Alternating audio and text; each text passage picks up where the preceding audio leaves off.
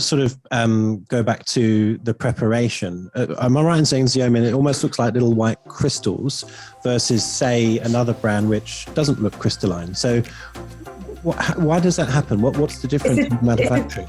It's the difference in preparation. So it goes, and I'll remember all the companies, it's squeaky private, right? Yes. But we get told what they want us to hear, not exactly what's happening. So just remember that in mind.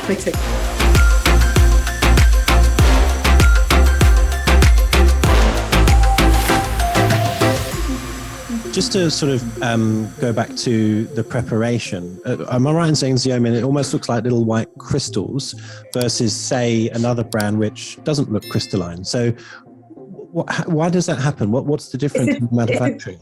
It's the difference in preparation. So it goes, and I'll remember all the companies, it's squeaky private, right? Yes. But we get told what they want us to hear, not exactly what's happening. So just remember that in mind, okay? Yeah.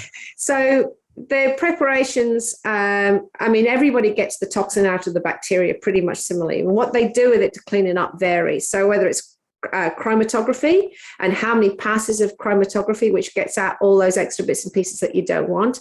What's mixed in the vial, so albumin, saline are the commonest ones, some sucrose, you can have polysorbate, all these little bits and pieces that go in to stop it sticking to the glass so you can get it out. Mm-hmm. And then whether they're freeze dries or vacuum dries, it's always it's a combination of both anyway, but it's how much of each, and that's what gives you the preparation. All right. So for Xeomin, they ran into problems when they first did it because, like, all of us, me included, have been trained by Allergan how to dilute. Yeah. So we used to inject, for me, I was taught 2 ml dilution, but you can have a 2.5 ml dilution. It doesn't matter. It's how many units you inject is the key thing.